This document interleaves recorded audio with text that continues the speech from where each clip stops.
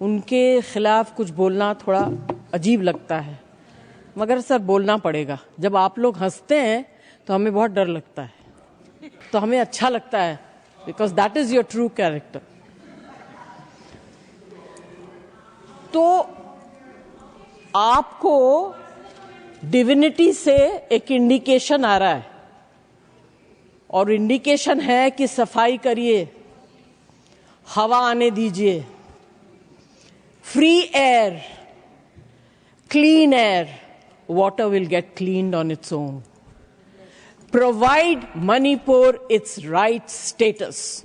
Do not control them from here.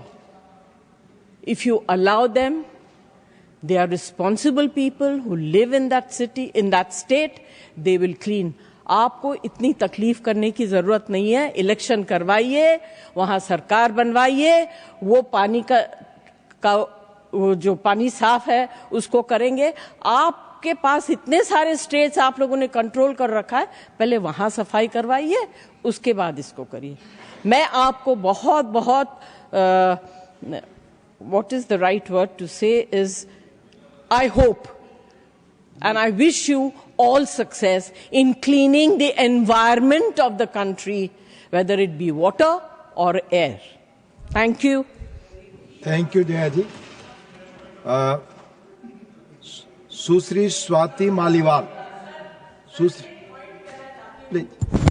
1 minute, 1 minute, Maliwal.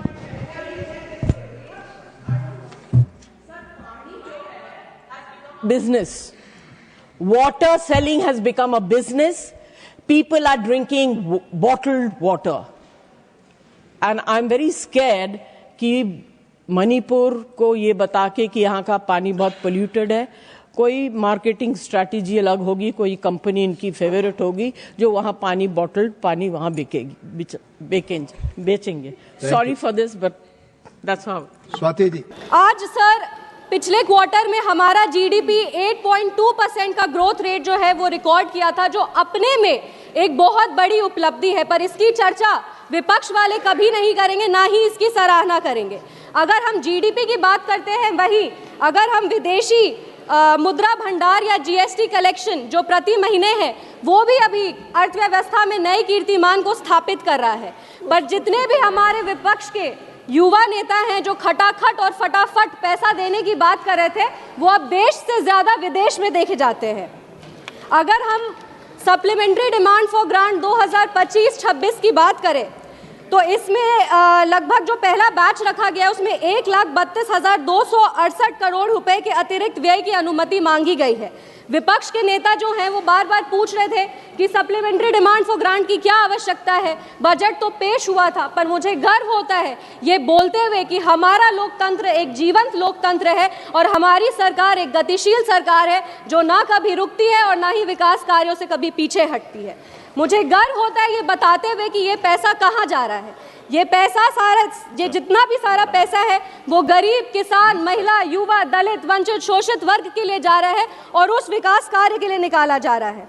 ये जो आवंटित राशि है वो पेट्रोलियम और प्राकृतिक गैस मंत्रालय के तहत एलपीजी सब्सिडी की भरपाई के लिए जा रहा है, जिसके लिए लगभग 12,500 करोड़ की भारी राशि दी गई है। गरीबों के गैस कनेक्शन, एलपीजी कनेक्शन के लिए प्रोग्राम कंपोनेंट के तहत 3,178 करोड़ की राशि आवंटित की गई है। अनुसूचित जाति के लिए 302 करोड़ और जनजाति के लिए लगभग 156 करोड़ अलग से रखे गए हैं। अगर हम बात करें एलपीजी सब्सिडी के लिए तो एससी और एसटी वर्ग हेतु क्रमशः 83 करोड़ और 43 करोड़ रुपए का प्रावधान किया गया है। शिक्षा मंत्रालय में प्रधानमंत्री वन नेशन वन सब्सक्रिप्शन के तहत लगभग 2023 करोड़ का बड़ा राशि आवंटित किया गया है। इससे छात्र, जितने भी हमारे देश के छात्र हैं जो वंचित वर्ग से आते हैं, जो गरीब वर्ग से आते हैं, उनको विश्व स्तर पर जो आप कह सकते हैं कि जनरल रिसर्च का जो मटेरियल्स है वो उपलब्ध कराया जाएगा। ये उन छात्र छात्राओं के लिए बहुत काम आएगा। अगर हम वर्ल्ड क्लास इंस्टीट्यूशंस की बात करें तो उसके लिए कुल मिलाकर लगभग 235 करोड़ की राशि आवंटित की गई है। केंद्र सरकार द्वारा डीम्ड यूनिवर्सिटी के लिए लगभग 45 करोड़ की राशि आवंटित की गई है। ये राशि आवंटित जितने भी पॉलिसी और स्कीम के लिए ये राशि जितने भी पॉलिसी और स्कीम के लिए आवंटित की गई है, ये हमारी जो बेस आधारशिला है, जो विचारधारा है, उसको और मजबूत करता है, जो है अंत्योदय, कि जो विकास का कार्य है वो पंक्ति पर खड़े अंतिम व्यक्ति तक पहुंचे। इसी सदन में एक सांसद महोदया ने पिछले चर्चे में एक बात उठाई थी।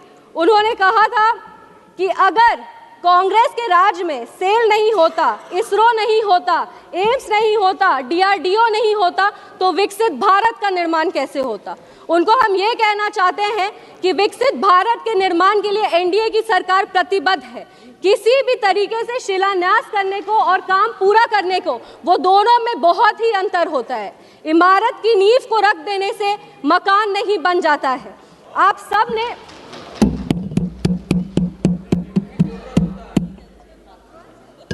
51 साल में आपने मात्र एक एम का निर्माण किया है। ये जब 2003 में श्रद्धेय अटल बिहारी वाजपेयी जी की सरकार आई, तब जाकर 5 नए एम्स की स्थापना हुई।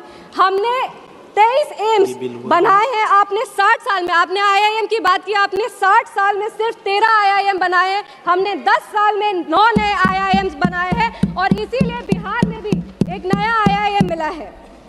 सर, DRDO की बात हो रही थी, डिफेंस की बात हो रही थी, तो उसके भी कुछ आंकड़े मेरे पास है।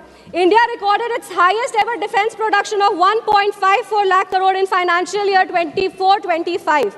Defense exports reached a record of 23,622 crores and 16,000 MSMEs आज रक्षा के क्षेत्र में काम कर रहे हैं। जब आपके डिफेंस डील्स की बात होती है, जब आपने डिफेंस में क्या कहा, तो हमको ज़रूरत नहीं लगता कि आपको बताने की ज़रूरत है कि डिफेंस डील में आप लोगों ने क्या करके यहाँ पे रखा था।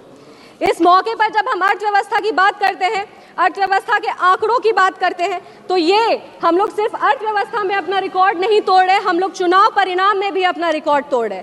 हम बिहार से आते हैं और बिहार की तमाम जनता को हम प्रणाम करते हैं कि उन्होंने एक ऐसे सरकार को चुना, एक ऐसी गठबंधन को चुना जो नफरत और झूठी राजनीति से ऊपर उठकर विकास की राजनीति करती है। बिहार में सर सबसे ज़्यादा लंबे समय की डबल इंजन की सरकार को आप कह सकते हैं कि अगर आप साल दर साल देखेंगे तो सबसे ज़्यादा अगर डबल इंजन की सरकार कहीं रही है तो वो बिहार में रही है। और 20 साल बाद भी माननीय मुख्यमंत्री श्री नीतीश कुमार जी के खिलाफ कोई एंटी इनकम्बेंसी देखने को नहीं मिला। ये एनडीए की ताकत है, ये हमारे यशस्वी प्रधानमंत्री श्री नरेंद्र मोदी जी की ताकत है। चुनाव के दौरान बहुत ड्रामा देखने को मिला। मछली पकड़े जा रहे थे तालाब में कूद कूद के, पर बिहार ने पूरे देश को बताया है कि राजनीति ड्रामा से नहीं, राजनीति नीतियों से चलती है, विकास से चलती है, नेता से चलती है और नेतृत्व से चलती है। इसी नेता और नेतृत्व ने आज भारत की अर्थव्यवस्था को चौथी सबसे बड़ी अर्थव्यवस्था बना दिया है। कांग्रेस पार्टी का तो बिहार में इतना बुरा हाल था कि इनका जो चुनाव चिन्ह हाथ छाप, उसमें जितनी उंगलियां हैं उतने इनके विधायक ही बचे हैं अब बिहार में।